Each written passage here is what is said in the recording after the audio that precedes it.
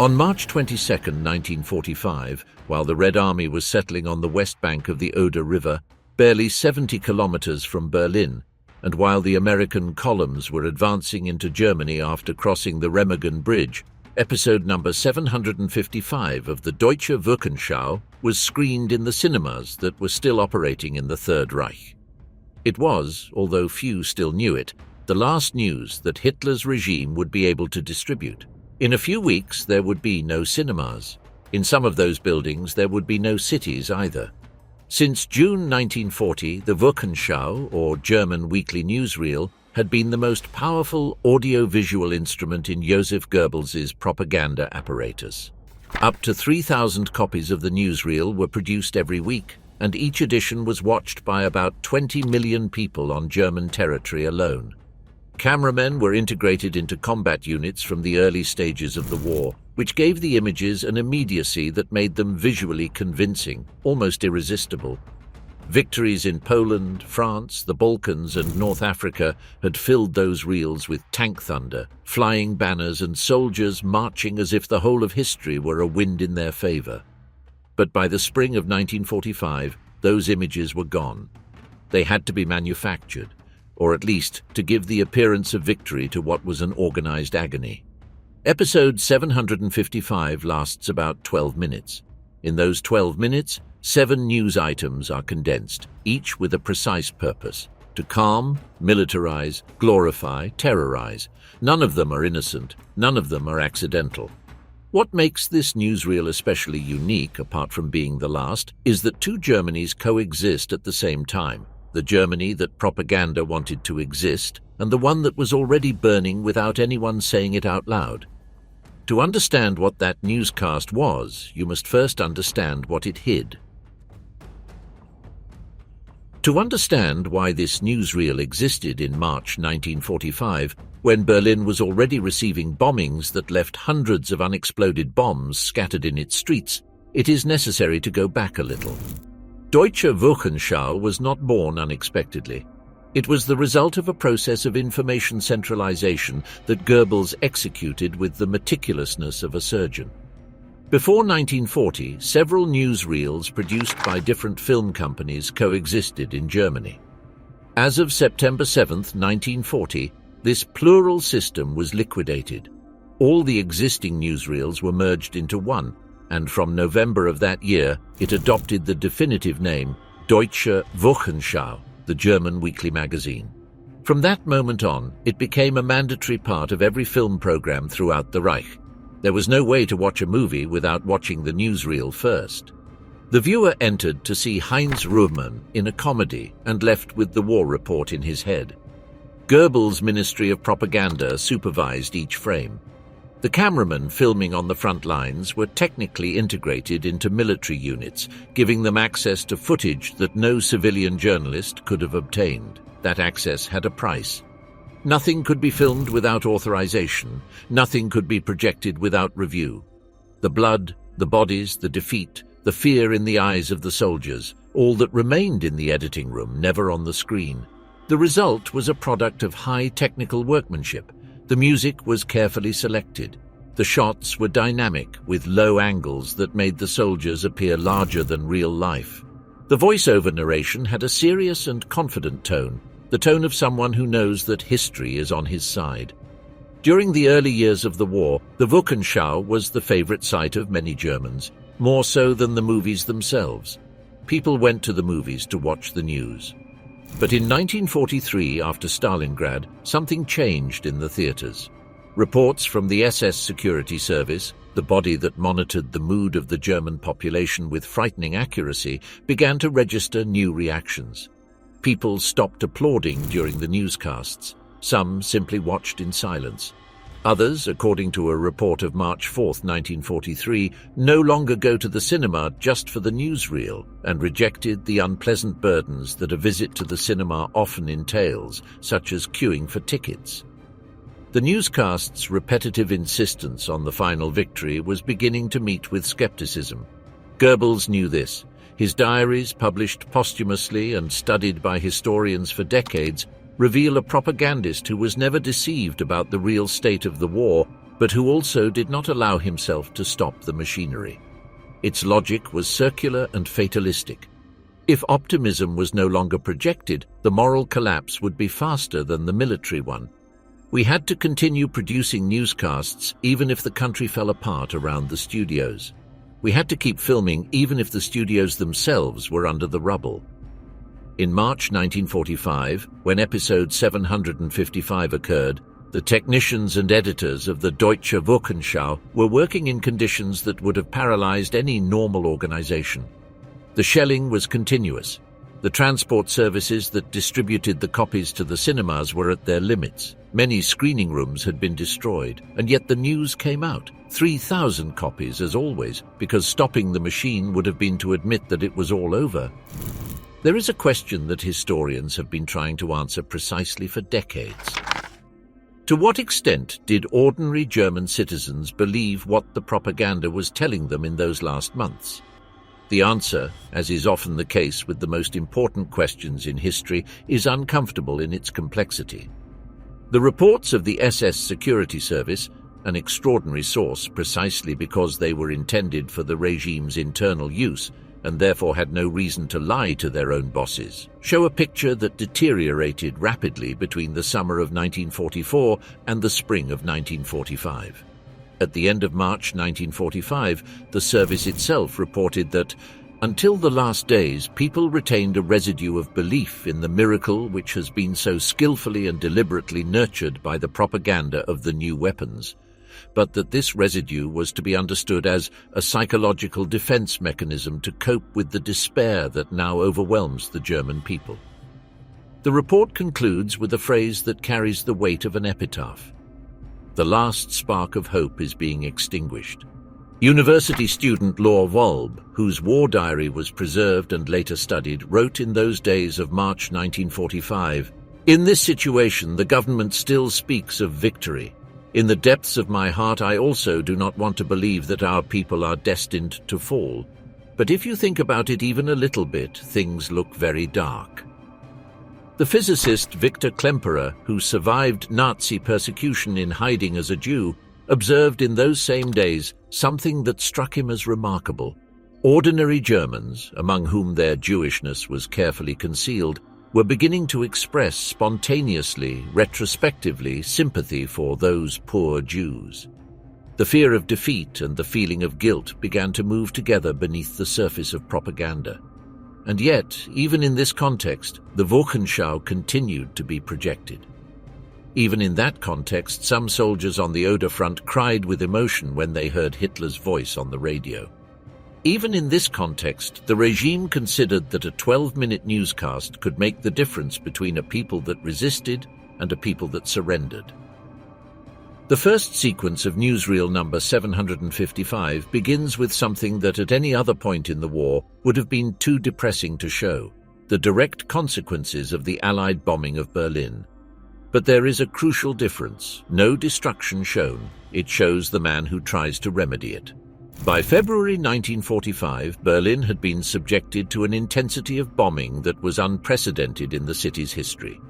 On February 3, 1945, in a single raid, about 1,500 American bombers participated, accompanied by more than 1,000 escort fighters. The attack lasted for hours. The downtown neighborhoods were pulverized. The administrative archives were destroyed. Hitler's apartment in the Chancellery became unusable that same day. He moved definitively to the underground bunker, but the bombing didn't end when the planes left. Hundreds of bombs, the so-called blindganger, blind bombs, fell and did not explode, burying themselves in the asphalt, in the basements of buildings, at the bottom of canals. They could lie dormant for days, weeks, and detonate at any time. A city that had already been destroyed from above was still being destroyed from below, in silence, at odd hours, without warning. A child could walk on a clean sidewalk and fly through the air. A plumber could dig a trench and not come home. To deal with this invisible threat, the Luftwaffe had created special deactivation units known as Sprengkommandos.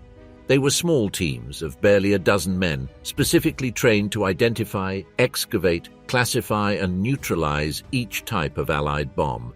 The job required technical knowledge, cold-bloodedness, and ultimately something that cannot be taught in any school: the willingness to die working. The protagonist of that first sequence of the newsreel is a 27-year-old officer named Egon Agter, born in Berlin on January 29, 1918. Its history is so extreme that if it were not accurately documented in German military archives, it would be hard to believe.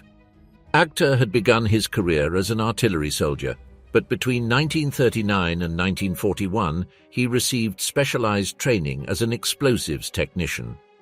In 1942, while working on defusing a British bomb, the detonation seriously injured him.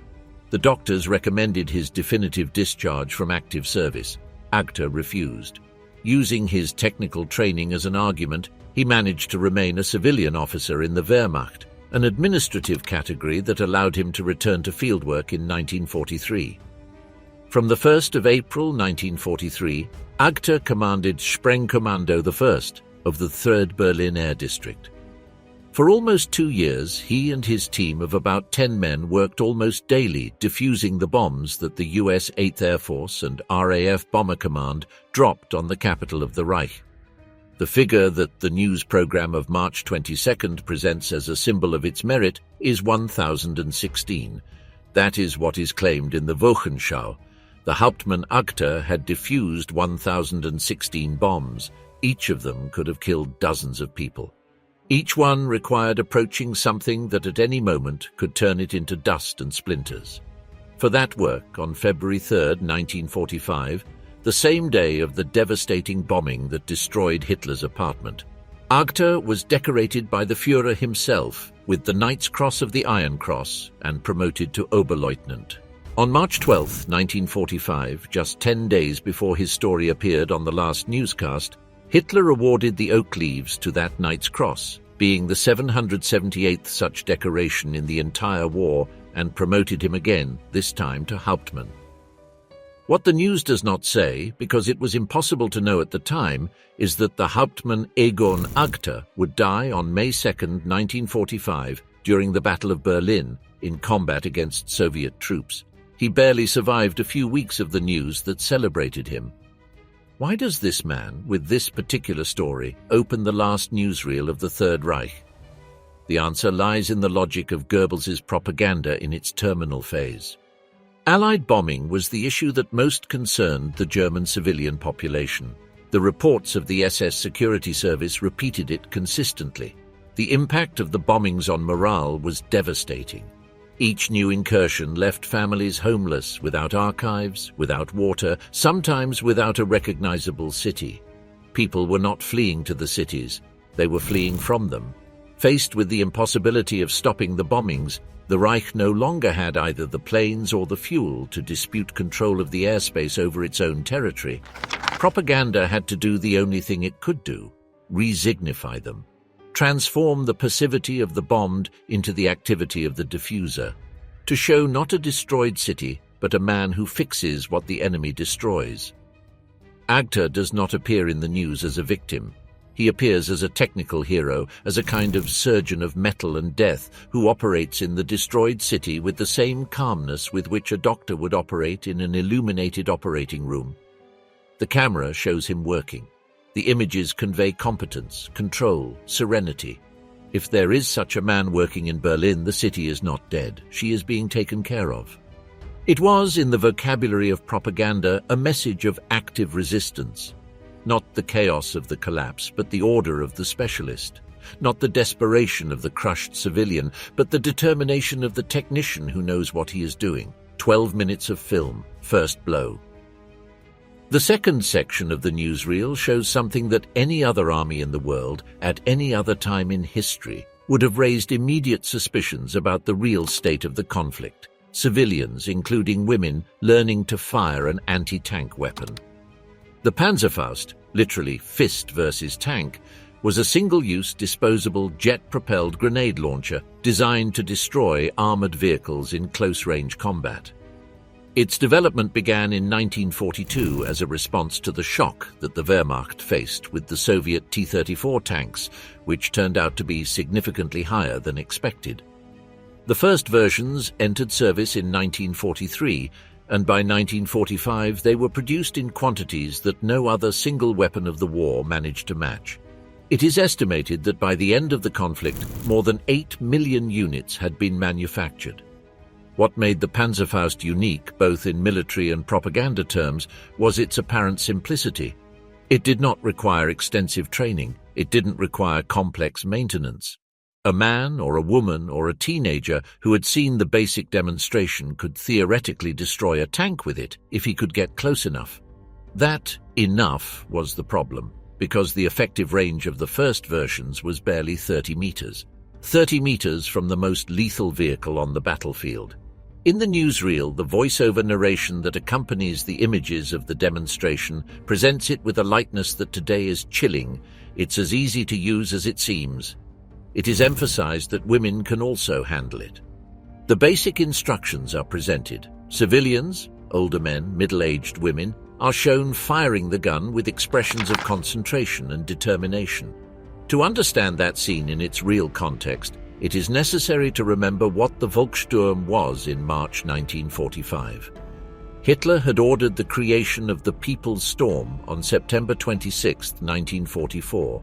The decree stated that all men between the ages of 16 and 60, not yet incorporated into the regular armed forces, were to enlist, train, and prepare for a final resistance in their own regions.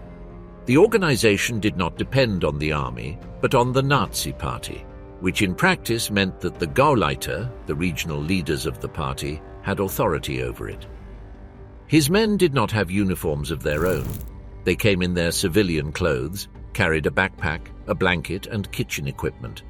The weapons did not always arrive. Ammunition was scarce.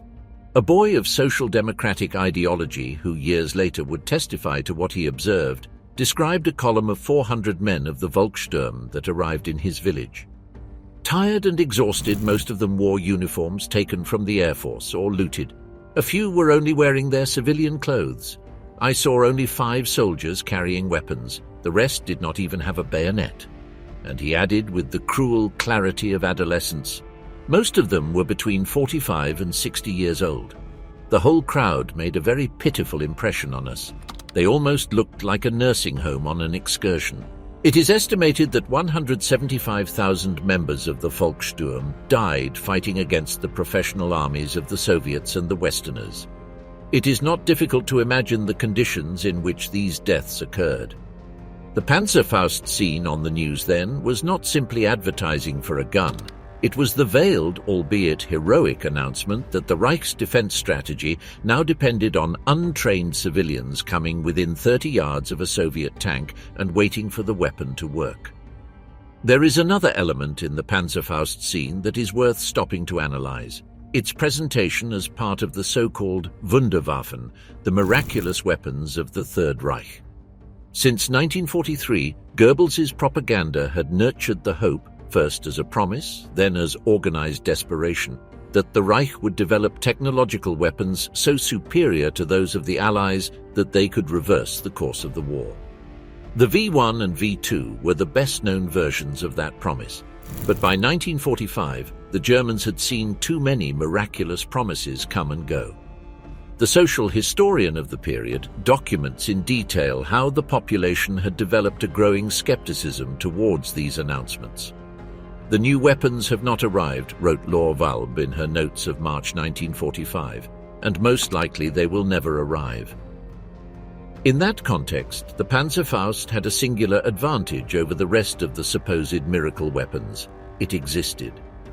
It was there, in the hands of civilians, visible, real, triggerable. When propaganda presented the Panzerfaust as the answer to the Soviet tank, it was not lying in the strict technical sense. He was simply obscuring the gap between what the weapon could do in theory and what the improvised soldier of the Volkssturm could do with it in the reality of 1945 urban combat. Street fighting in the last weeks of the war in cities such as Berlin, Wrocław, or Königsberg did produce cases of effective use of the Panzerfaust against Soviet tanks. That is also historical truth, but most of the men sent to hold those weapons were not hardened fighters. They were neighbors with 15 days of training and the certainty in the depths of their bones that all this was barbaric. In the most famous sequence of episode 755, and possibly of the entire Deutsche Wochenschau, Adolf Hitler appears in the garden of the Reich Chancellery in Berlin. He is standing. He walks slowly through a line of uniformed teenagers. He stops in front of each one. He watches them. Some get a pat on the cheek. Others are personally decorated. These images carry extraordinary weight because they are, according to the documentation of the German Federal Archive and the collection of the United States Holocaust Museum, the last recordings of Hitler that were publicly distributed while the regime was still standing. The newsreel was broadcast on March 22, 1945. The footage was filmed about a week earlier in mid-March. Hitler would die on April 30th. Between those images and his suicide, there were barely 6 weeks. There's something disturbing about the sequence, and it has nothing to do with ideology. It has to do with the body. The Hitler who appears in the newsreel is not the same as the one who appeared in the images of 1939 or 1941. Melita Maschmann, a fervent Nazi who saw those images at the time, wrote years later a testimony that accurately captures what many felt. The newsreels showed an aging man who walked hunched over and looked around anxiously. His voice sounded shrill with despair. Was it destined to fail then? His heart shrank with fear at the horrible truth, he wrote, even though the conscious mind refused to acknowledge it. Hitler's left hand trembled visibly. It had been like this since late 1944, and the regime's doctors attributed it to various causes: stress, drugs, the explosion of July 20th, 1944, that had left him partially deaf in one ear, but the tremor was uncontrollable. In the garden of the Chancellery, Hitler was careful not to raise that hand. The editors of the Wochenschau took care that the most obvious shots did not appear on the screen. What arrived in theaters in Germany was an edited, curated version, but even that version couldn't hide what the eyes saw: a man who had aged a decade in 2 years. The teenagers who receive Hitler's decorations in this sequence are members of the Hitler Youth who had fought at the front. According to the documentation of the United States Holocaust Museum, approximately 20 of them are present. The Reichsjugendführer, national leader of the Hitler Youth Arthur Axmann, also appears on the scene. Axmann, born in Hagen, Westphalia, on February 18, 1913, had taken the reins of the Hitler Youth in August 1940, succeeding Baldur von Schirach. In 1941, he had voluntarily fought on the Eastern Front with the 23rd Infantry Division and had lost his right arm in combat. He was, in that sense, a true believer. Not only did he manage the militarization of German youth, but he had lived it in his own body. Among the young people decorated in the garden of the Chancellery, there is one whose presence has been especially documented by historians. He is a boy known in some sources as Willy Hübner, remarkably young, whose small stature and almost childlike features have made him a symbol of what the regime was doing in its last weeks: sending children to the front and photographing them, receiving medals from the hands of a dying dictator. The cameras recorded that handshake. The propaganda ministry distributed the images. The editors built around that moment a narrative of hope and continuity. The Führer passes the baton to a new generation. The heirs of the Reich are 15 years old and have destroyed Soviet armored cars. Germany has a future. The reality was different. Since March 17, 1945, just days before that newsreel was screened, students between the ages of 14 and 16 at the elite Napola school in Oranienstein had been sent to defend positions on the Western Front. 5 days later, an SS instructor arrived to teach the rest of the students how to use anti-tank grenade launchers. The deliberate confusion with April 20th. There is a technical detail in this episode that is worth clarifying because it has been a source of historiographical confusion. The newsreel of March 22, 1945, episode 755, shows the ceremony of decorations in the garden of the Chancellery. But there is another similar ceremony filmed on April 20, 1945. Hitler's 56th birthday in the same garden, with young people from the Hitler Youth, which circulated in cinemas and archives for decades, confused with the first. The difference is important. The March 22nd recording is the last recording of Hitler distributed during the regime's lifetime. The one of April 20th did not circulate as an organized newsreel. The Reich no longer functioned on that level. They are two different ceremonies in the same setting, separated by just over a month, which share the same visual grammar: the aging dictator, the boys with medals, the garden surrounded by rubble. That both scenes exist, that the regime organized these events weeks apart, says something about the depth of the institutional delirium, or about the fear of stopping, perhaps about both.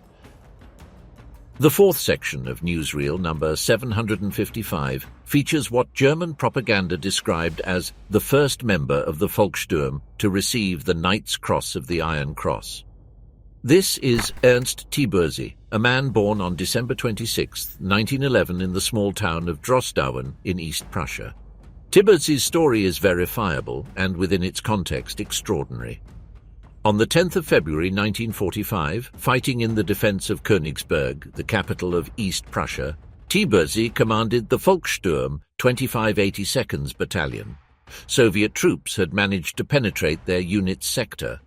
The battalion was composed of career conscripted civilians with no regular military training, many of them in administrative or commercial jobs before the war. In response to the line break, Tiburzi led a personal counterattack with a small group of men. Using Panzerfausts, he initially destroyed 2 Soviet T-34 tanks and then chased them through the trenches with hand grenades, dislodging the infantry that had accompanied the penetration. Days later, when the Soviets launched a new attack on the Volkssturm positions with infantry and armor, Tiburzi took the initiative to launch a counterattack with his entire battalion, personally destroying 3 other T-34s in close-range combat. Sources do not agree on the exact total figure. Some speak of 5 tanks, others of 9, but the central fact is documented. A civilian commander of the People's Militia without regulatory tactical training stopped a Soviet armored advance at the cost of extreme personal risk. The Knight's Cross was awarded to Tiburzi on the 10th of February 1945, and he was one of only 4 members of the Volkssturm in the entire war to receive that decoration. On February 28, 1945, his name was mentioned in the Wehrmacht Bulletin, the Reich's official war report, which automatically made him a public figure. When the 755 newscast shows him being decorated in front of the camera, it had already been circulating for 3 weeks as a symbol of popular resistance. Tiburzi survived the war. He died on November 14, 2004 in Papenburg. He was 92 years old. Before talking about Wrocław, the city that the Newsreel 755 exalts as the maximum symbol of German resistance, it is necessary to understand the doctrine that made it what it was: the Festungen, the fortress cities.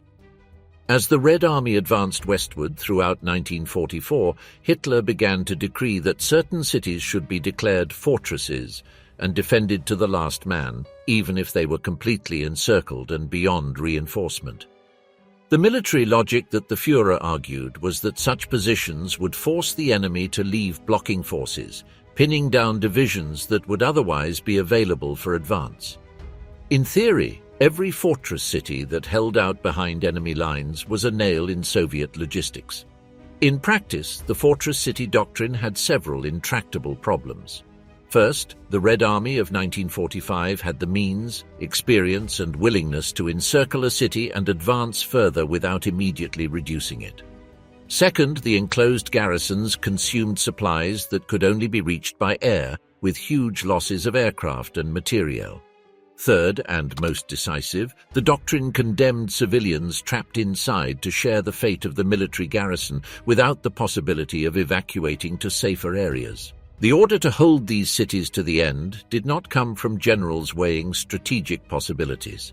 It came directly from Hitler, and any commander who suggested surrender or retreat risked being dismissed, demoted, or shot. General Friedrich Krauss, the first commander of Festung Breslau, was relieved of his post precisely because he tried to evaluate the possibility of evacuating the civilian population. He was replaced by General Hans von Alphen, personally appointed by Feldmarschall Ferdinand Schörner, known at the front for the brutality with which he carried out Hitler's orders. In March, Alphen was in turn replaced by General Hermann Niehoff, who would hold the city until the end.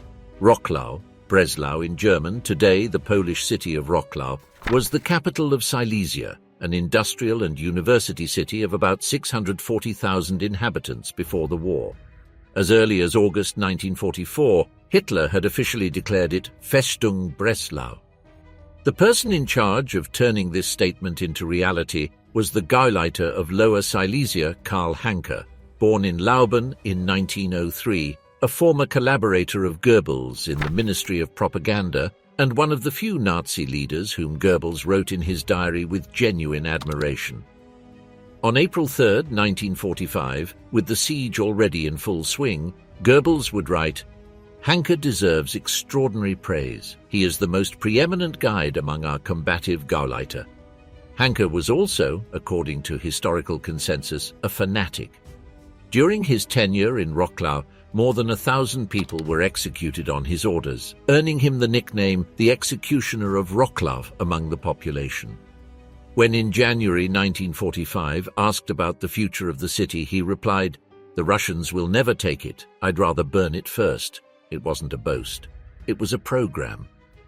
On January 19, 1945, when the Soviet vanguard of General Rybalko's 3.ER armored car army was already less than 80 kilometers away, Hanke gave the order to evacuate the civilian population.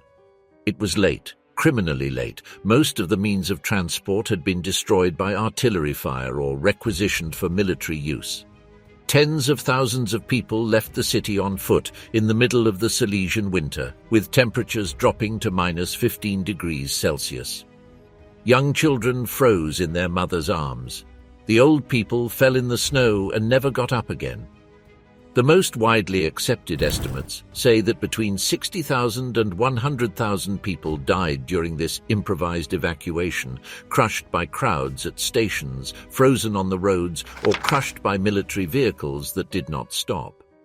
On February 13, 1945, the Sixth Army of the First Ukrainian Front, under the command of Marshal Ivan Konev, completed the encirclement of the city. Inside the perimeter were about 80,000 fighters, a smorgasbord of the newly formed 609th Infantry Division, elements of the 269th Division, 38 Volkssturm battalions, Hitler Youth units, police, Luftwaffe on the ground, and remnants of other destroyed formations, and in addition about 150,000 civilians who had been unable or unwilling to leave. The defenders had 32 artillery batteries equipped with a chaotic assortment of German pieces and captured from the Poles, Soviets, Yugoslavs and Italians. They had no tanks, save for a company of 15 assault tank destroyers. The armament was, to a large extent, what was left over from other fronts and arrived when it arrived. To compensate for the lack of an airfield of their own, the Soviets took over the airport on the 31st of March. Military engineers turned Kaiserstrasse, a 700-meter-long avenue in the heart of the city, into an emergency airstrip. To do this, it was necessary to demolish the buildings that flanked the road and raze the trees and obstacles of the route. The civilians who worked on that demolition did so under Soviet fire. According to General Niehoff's testimony, collected years later, more than 13,000 people died during the construction work of that runway, hit by artillery while removing the debris with their hands. From that improvised runway, planes from the health service took off and evacuated 6,000 of the most seriously injured to positions in the rear. What the March 22nd newsreel shows from Wrocław is Hanke's version. Men building barricades, women organizing logistical support, the Volkssturm resisting with determination. There are no scenes of the airfield being built over the dead. There are no images of the basements of the university hospital, where the wounded waited their turn for surgery without enough morphine, on wooden cots in rooms that smelled of gangrene. There is heroic music and shots of people with shovels. Wrocław's resistance was real, and that is undeniable. The garrison did not surrender until May 6, 1945, 2 days after the surrender of Berlin, being the last major German place to capitulate on the Eastern Front. But the price was catastrophic. More than 6,000 German soldiers killed during the siege, along with some 170,000 civilians killed between the January evacuation and the end of the siege. The Soviets, meanwhile, suffered approximately 60,000 casualties, 3 times the German casualties, making Wrocław one of the costliest sieges for the Red Army in the entire war. Gauleiter Hanke, who had promised that he would never leave the city, left it in the early hours of May 5th, 6 aboard a small Fiesler Storch plane that he had reserved for himself inside the Jahrhunderthaler building.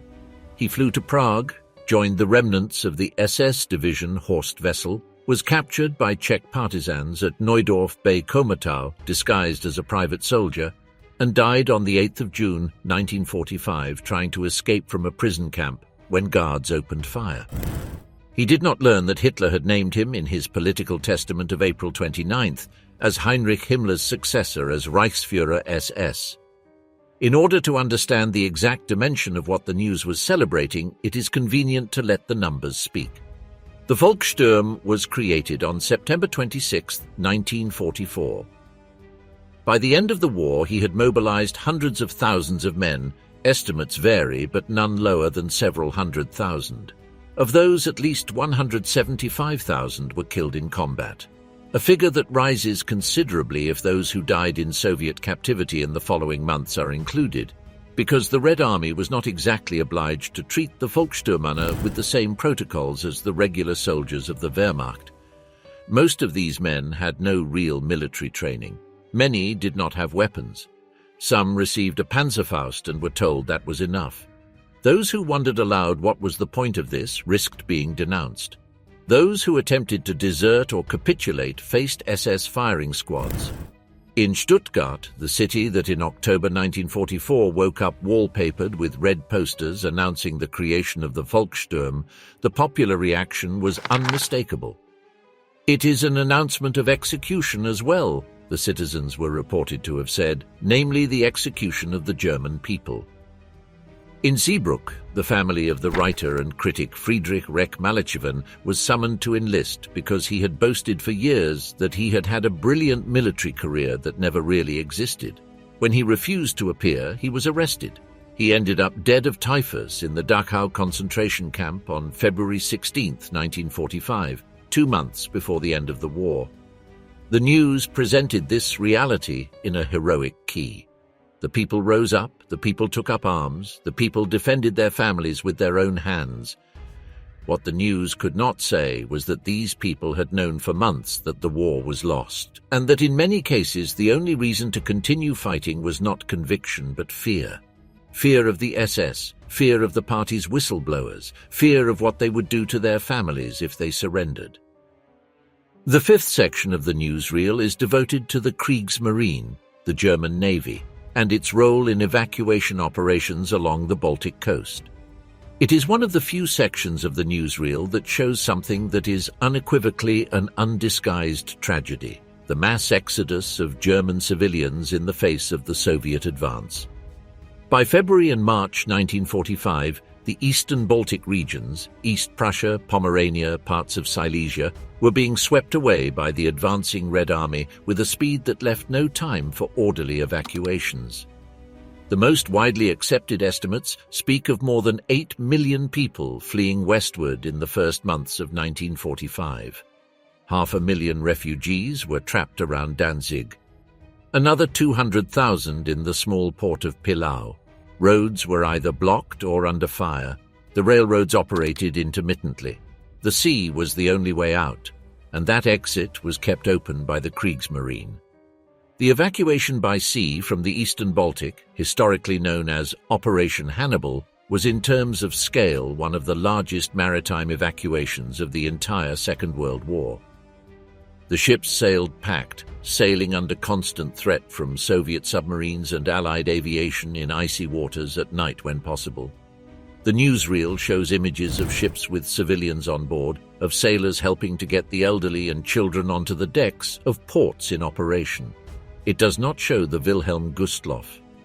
On January 30th, 1945, the ocean liner Wilhelm Gustloff, a 25,000-ton ship of the Nazi leisure organization Kraft durch Freude, Strength Through Joy, set sail from the port of Gdynia loaded to limits that no one could have authorized under normal conditions.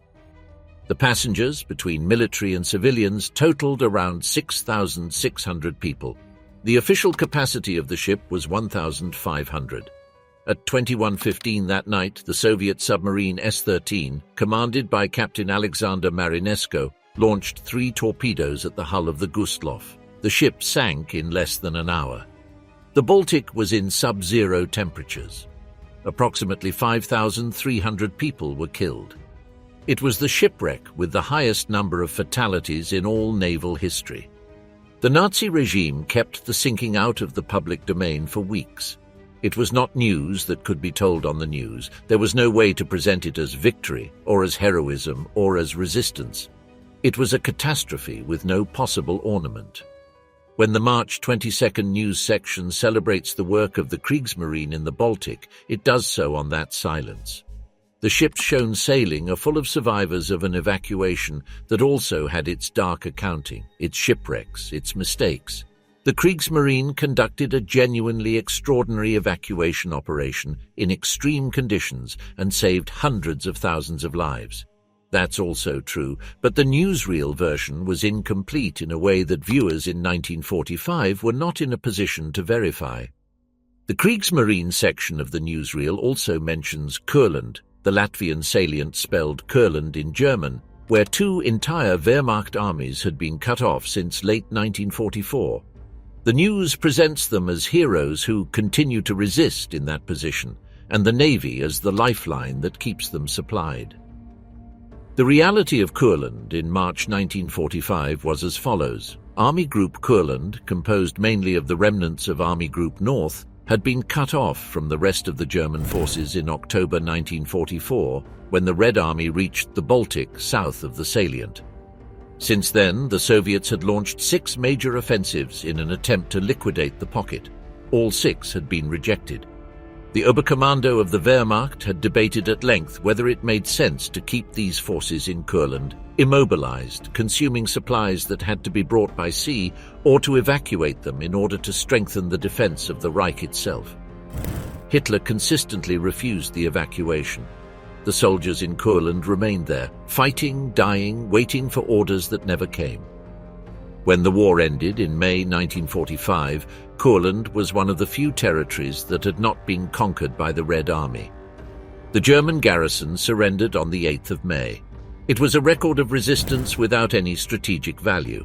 The news presents him as an example of unwavering determination. Technically it was, but it was also the most accurate example of the regime's doctrine in its final phase.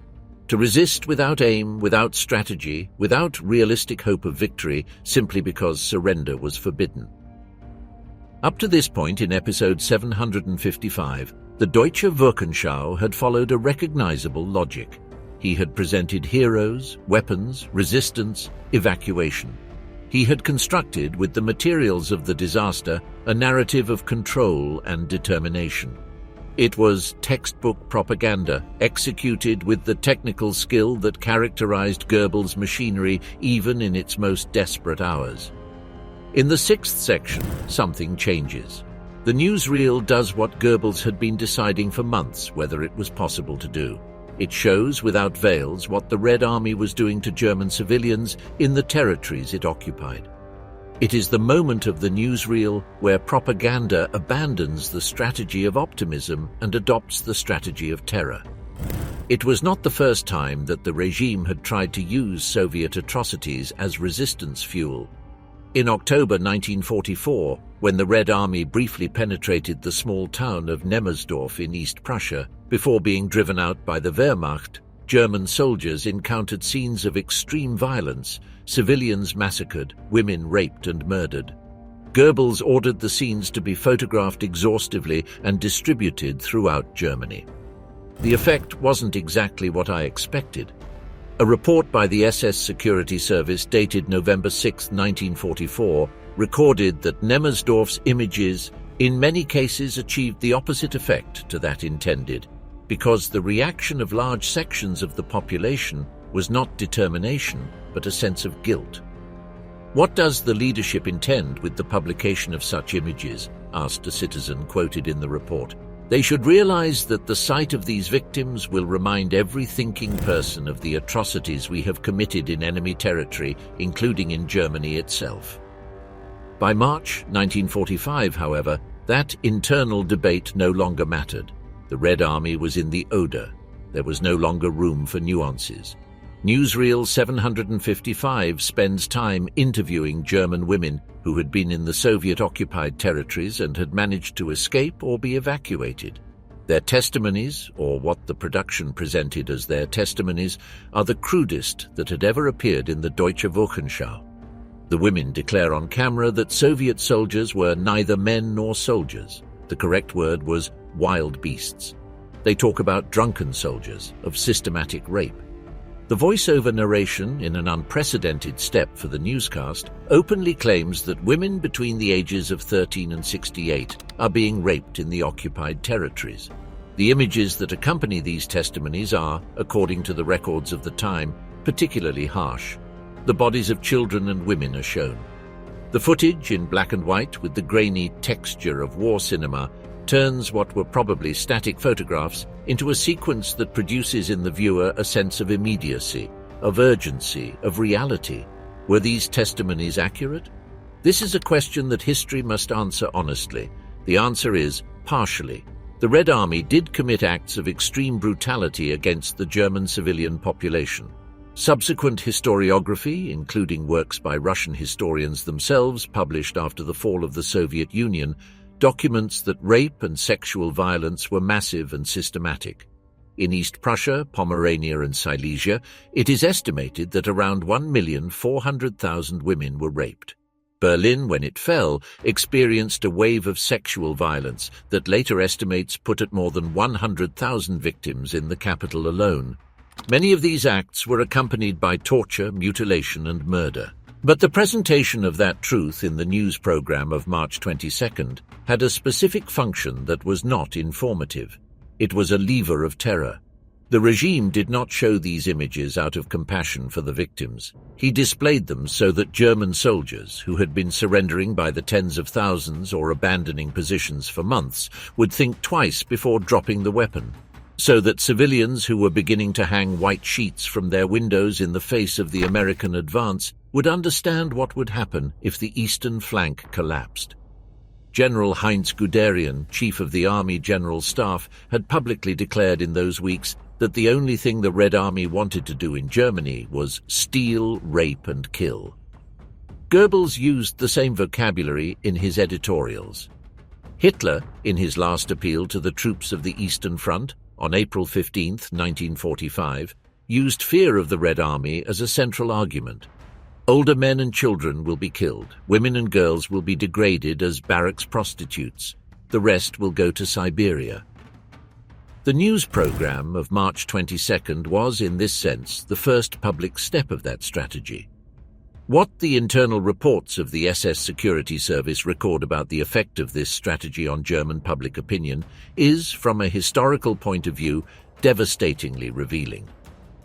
Many citizens reacted to the images of Soviet atrocities not with a determination to fight, but with something far more complicated, the feeling that Germany was getting what it deserved.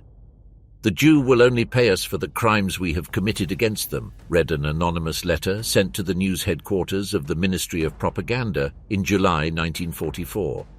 "Blessed is your heart as you drive through a burning German city," a Soviet soldier wrote to his parents in February 1945, and that phrase, which circulated in accounts of prisoners and deserters, found in many ordinary Germans a kind of guilty acknowledgement that propaganda had not anticipated. The regime had spent 12 years convincing its citizens that Germany had the right and duty to treat the peoples of the East the way it treated them. That left little moral room to be outraged when the East responded. The strategy of fear worked in some cases. There are testimonies of soldiers who continued to fight out of terror of what would happen to their families if the front collapsed, but it failed as a project of mass mobilization. By March 1945, most Germans who could surrender did so as soon as they had the chance. Those who fought often did so because they had no visible alternative, not because they had regained faith in victory. Up to this point in episode 755, the Deutsche Wochenschau had followed a recognizable logic. He had presented heroes, weapons, resistance, evacuation. He had constructed, with the materials of the disaster, a narrative of control and determination. It was textbook propaganda, executed with the technical skill that characterized Goebbels' machinery even in its most desperate hours. In the sixth section, something changes. The newsreel does what Goebbels had been deciding for months whether it was possible to do. It shows without veils what the Red Army was doing to German civilians in the territories it occupied. It is the moment of the newsreel where propaganda abandons the strategy of optimism and adopts the strategy of terror. Up to this point, the function of the newsreel was to elevate. From here, its function is to terrorize. It was not the first time that the regime had tried to use Soviet atrocities as resistance fuel. In October 1944, when the Red Army briefly penetrated the small town of Nemmersdorf in East Prussia before being driven out by the Wehrmacht, German soldiers encountered scenes of extreme violence, civilians massacred, women raped and murdered, bodies crucified at barn gates. Goebbels ordered the scenes to be thoroughly photographed, access to journalists reopened, and the artwork distributed throughout Germany. The effect wasn't exactly what I expected. A report by the SS Security Service dated November 6, 1944, recorded that Nemmersdorf's images, in many cases, achieved the opposite effect to that intended, because the reaction of large sections of the population was not determination, but a sense of guilt. What does the leadership intend with the publication of such images? Asked a citizen quoted in the report. They should realize that the sight of these victims will remind every thinking person of the atrocities we have committed in enemy territory, including in Germany itself. Haven't we murdered thousands of Jews? Do not soldiers repeatedly report that in Poland the Jews had to dig their own graves? Jews are also human beings. By March 1945, however, that internal debate no longer mattered. The Red Army was in the Oder. There was no longer room for nuances. The strategy of terror was the only lever left to Goebbels. Newsreel 755 spends time interviewing German women who had been in the Soviet-occupied territories and had managed to escape or be evacuated. Their testimonies, or what the production presented as their testimonies, are the crudest that had ever appeared in the Deutsche Wochenschau. The women declare on camera that Soviet soldiers were neither men nor soldiers. The correct word was wild beasts. They speak of drunken soldiers, of a cruelty that they described as systematic and planned. The voiceover narration, in an unprecedented step for the newscast, openly claims that women between the ages of 13 and 68 are being raped in the occupied territories. The images that accompany these testimonies are, according to the records of the time, particularly harsh. Bodies of children and women, presented as visual evidence of what awaits the German population if the Oder front collapses. General Heinz Guderian, Chief of Staff of the Army, had publicly declared in those same weeks that the only thing the Red Army wanted to do in Germany was steal, rape and kill. Goebbels repeated the same vocabulary in his weekly articles for the newspaper Das Reich. On February 25, 1945, he had written in those pages, in an article that circulated in cinemas as support material for the newsreel, that if Germany capitulated, Stalin would immediately occupy southeastern Europe, and an Iron Curtain would immediately fall on that immense territory, one of the first documented appearances of that metaphor that Winston Churchill would popularize months later. The message was unequivocal.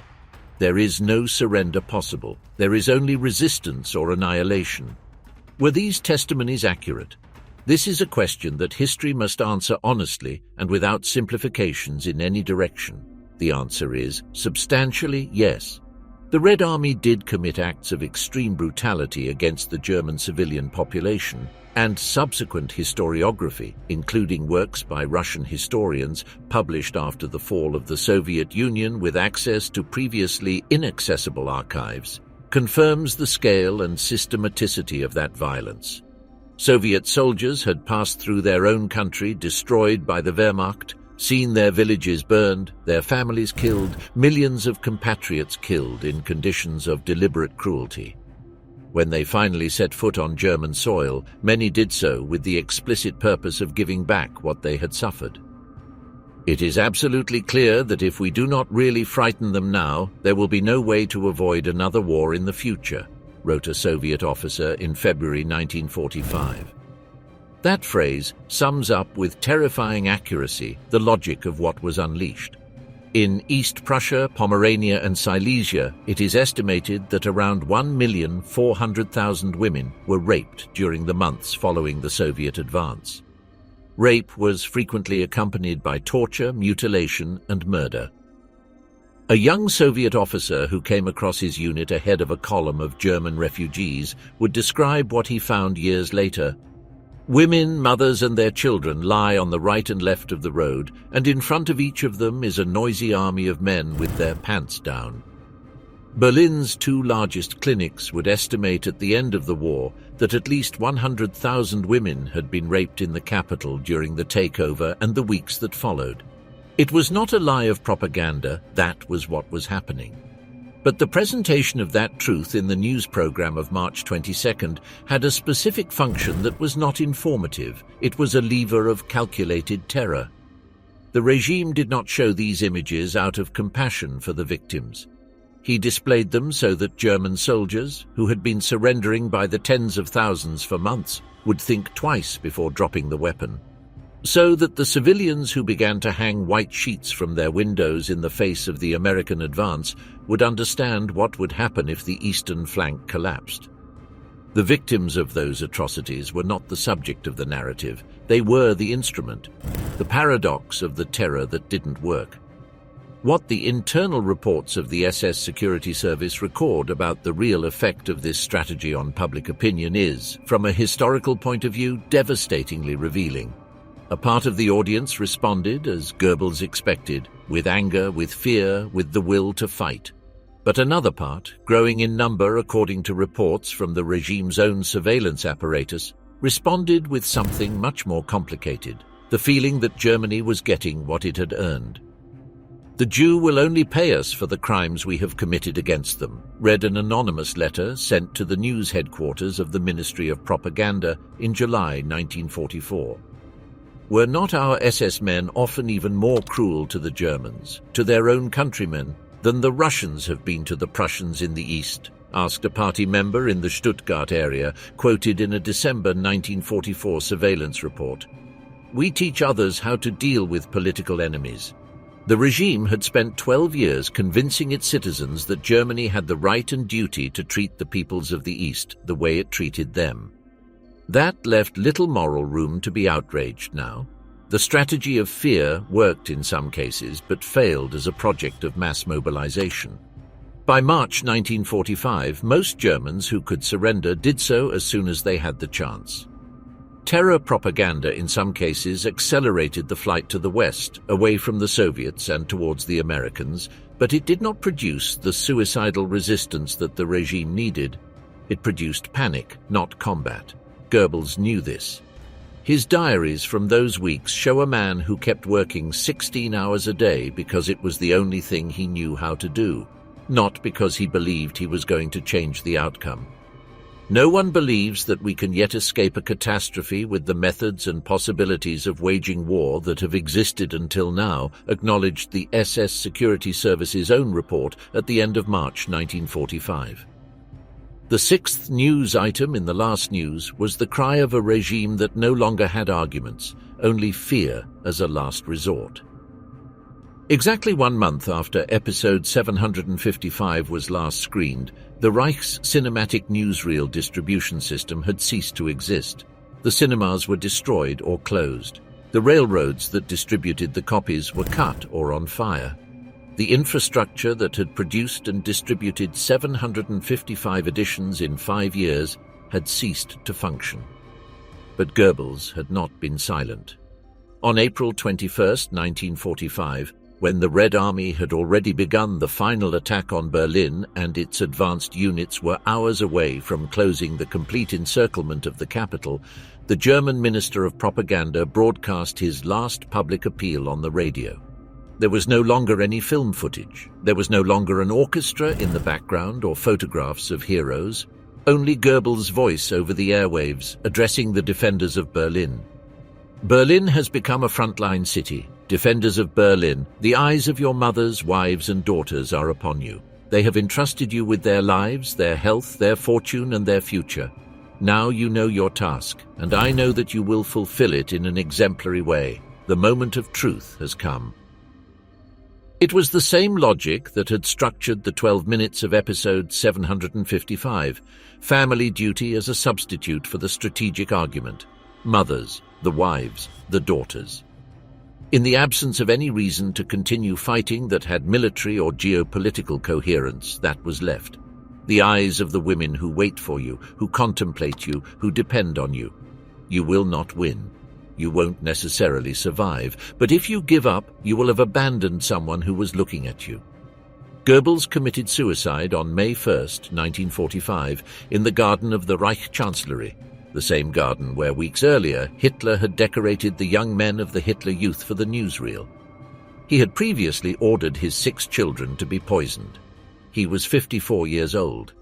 Hitler's last filmed public appearance, which we have already mentioned, took place on April 20th, 1945, his 56th birthday. Again, the garden of the Chancellery. Again, young people from the Hitler Youth.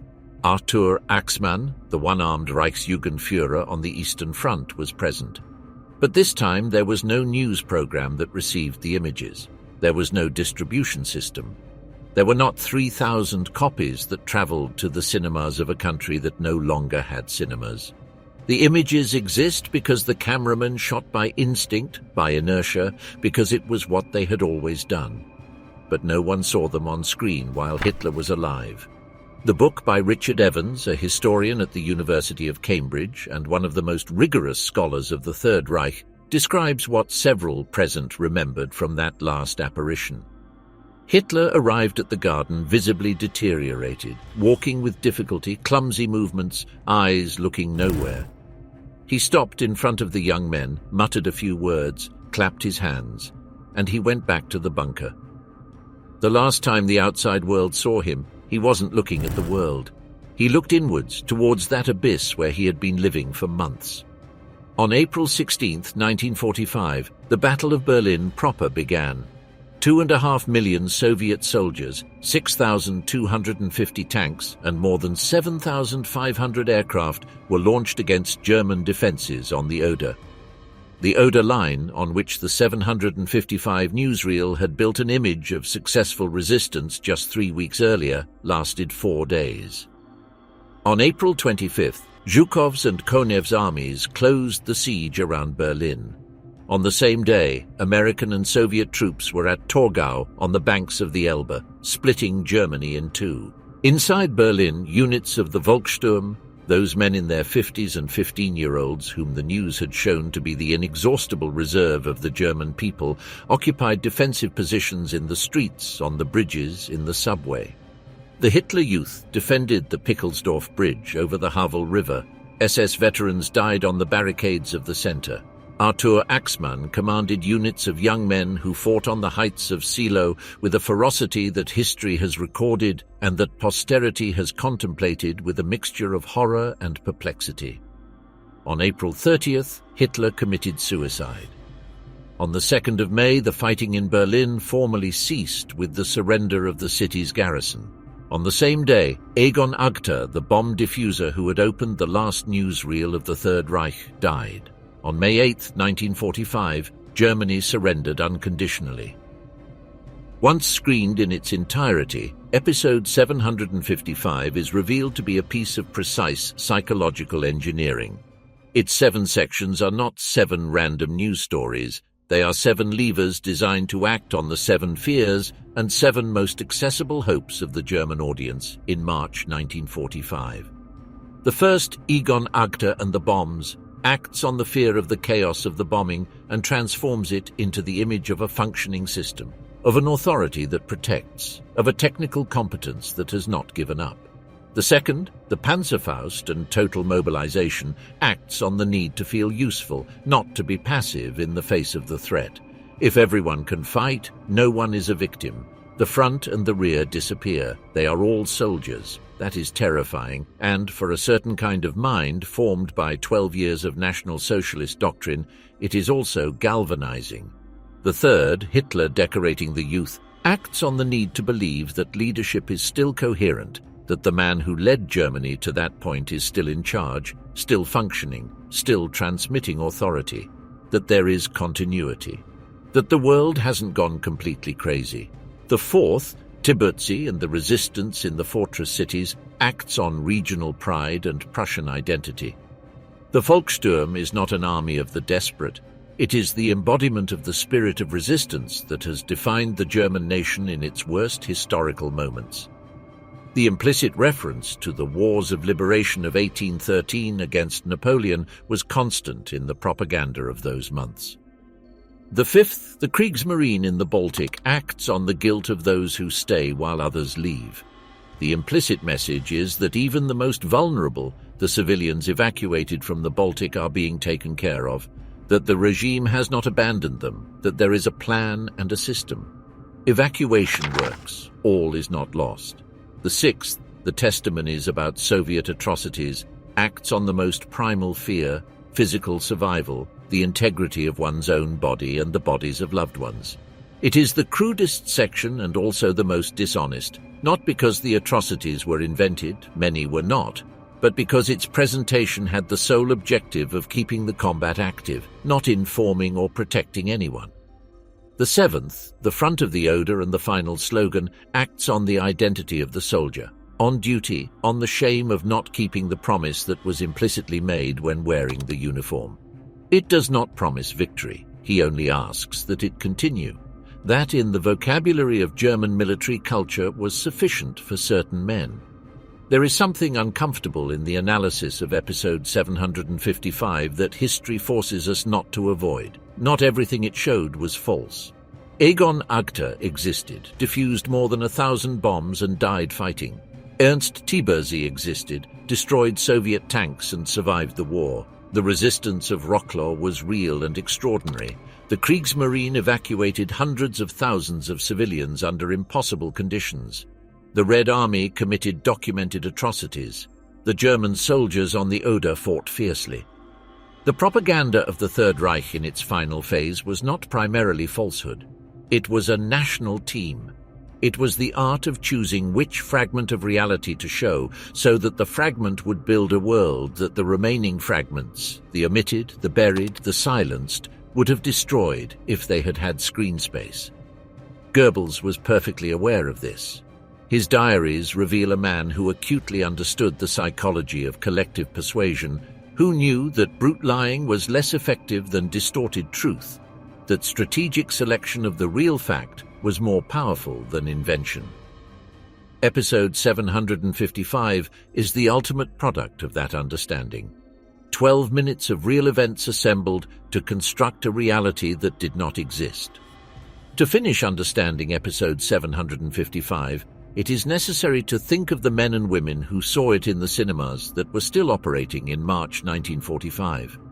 People who came out of dark rooms to streets full of rubble, who returned to houses where there was no heating, running water or electricity, who waited for letters from fronts that no longer sent letters. The historian Richard Evans documents the reaction of a 15-year-old German girl who, despite recording in her diary all the military disasters of those weeks, still wrote, "Our poor, poor leader can no longer be sleeping at night, and yet he has always had the good of Germany in mind."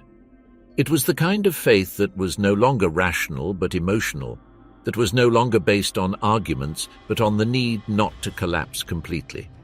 Those people existed. They were a growing minority. Reports from the SS Security Service are unequivocal that skepticism was already in the majority. But they existed. And for them, episode 755 of the Deutsche Wochenschau was still a psychological scaffolding, a story that allowed them to function another day. For the others, those who no longer believed, those who waited for the Americans to arrive before the Soviets, those who kept white sheets in closets just in case. The newscast was the background noise of a world that was collapsing too loudly to ignore and too inevitable to stop. 12 minutes, 755 episodes, 5 years of war, 55 million dead worldwide, and at the end a slogan without promise, fight and resist, which was, if you think about it, the most honest statement that this machinery had produced in a long time.